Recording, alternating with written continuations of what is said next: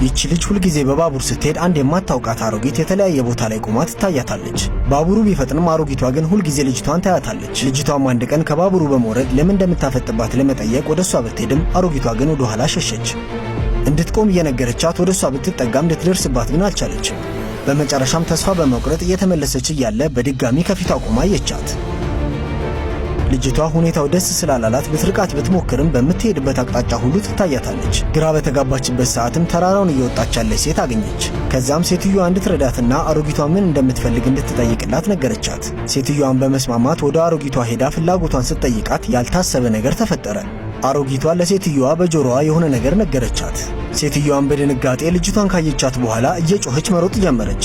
ልጅቷን በፍርሃት ከአካባቢው ሸሸች። በመጨረሻም ወደ ከተማው ብትደርስም አሮጊቷ ግን አሁንም እየተከተለቻት ነበር። ልጅቷም እየቃዠች ስለመሰላት ወደ ግሮሰሪ በመግባት የምታየው ነገር እውነት እንደሆነ ሰዎች እንዲያረጋግጡላት መጠየቅ ጀመረች። ወደ መስኮቱ ከተጠጉ በኋላ የግሮሰሪው ባለቤት ለሱም እንደምትታየው ነገራት።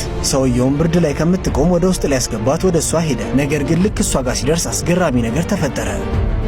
የዚህ ፊልም ቀጣይ ክፍል እንዲሁም ሌሎች ምርጥ ፊልሞች በምርጥ ትረካ እንዲደርሷችሁ ላይክ እና ፎሎ ማድረግ አትርሱ።